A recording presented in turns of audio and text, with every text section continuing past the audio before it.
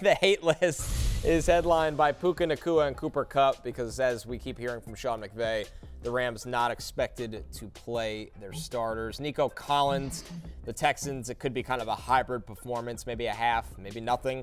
Khalil Shakir and Dalton Kincaid because the Bills are going to rest guys and the Chiefs are certainly resting guys, leading to Xavier Worthy and Travis Kelce making the list here as well. But Jay, there are some, I don't know of insurance, but guys that get upgrades. I still think feel like we'll see Keon Coleman for the Bills in this one. And then, of course, the lovely trio of Jordan Whittington, Tutu Atwell, Tyler Johnson. When the Rams were dealing with all the injuries, we saw some of those guys. So they'll be out there getting targets. I think the thing to remember as well is, this isn't the NBA. You can't just rest everyone. It's a 53-man roster. There's only so many people you can make inactive. Yeah. So there's going to be a lot of guys out there that you might suspect that, he's a starter. Why is he out there? Well, not everyone can rest. You can't just rest every single player on the roster. So, guys like Tutu Atwell becomes interesting. Jordan Whittington, to your point. Is there one of those Rams receivers that stands out the most to you, Connor?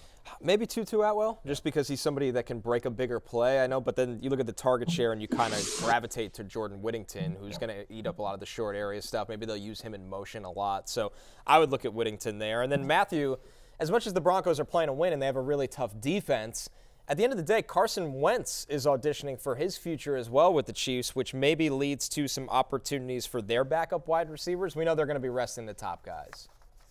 They absolutely are, but so Justin Ross maybe, Nico Remigio, can we see some Justin Watson for the Chiefs? I will say that I don't think it's a given the Broncos win this game.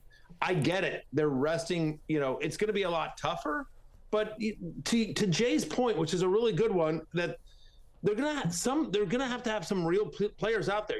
There's not enough bodies on a 53-man roster to play all backups. So you choose your key guys. All right, Mahomes, Kelce, etc. You choose Chris Jones. I'd be surprised if Chris Jones plays right on the defensive side of the ball. But honestly, they're still going to have people there.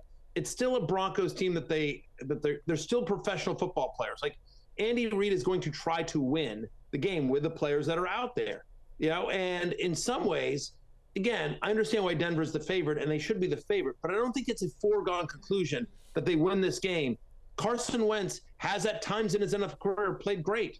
It's a guy who was an MVP candidate at one point in his life. Now, I understand that was 6 years ago, but Carson Wentz is not some scrub, right? There's a reason he's a backup in the league, but he's also not a guy that hasn't played a lot of football. So I could see, and the other thing is that the Broncos have no tape on a lot of these guys. Right.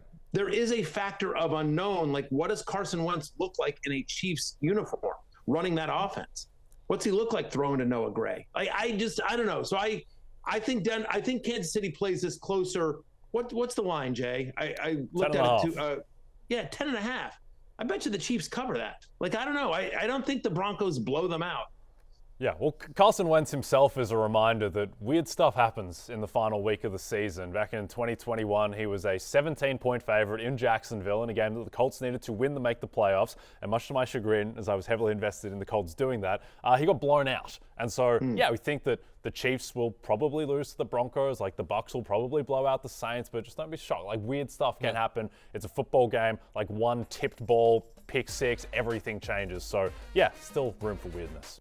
Hey, it's Matthew Berry from NBCSports.com and Rotoworld.com, and I want to thank you so much for watching whatever it is you just watched, or if nothing else, being too lazy to click out of the autoplay after this video started, after whatever it is you actually wanted to watch finished.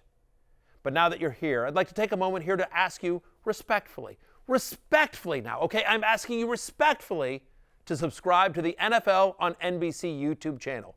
You'll get the latest Rotoworld fantasy news headlines, all sorts of great shows, including my own Fantasy Football Happy Hour. So go subscribe now. Again, I'm asking respectfully.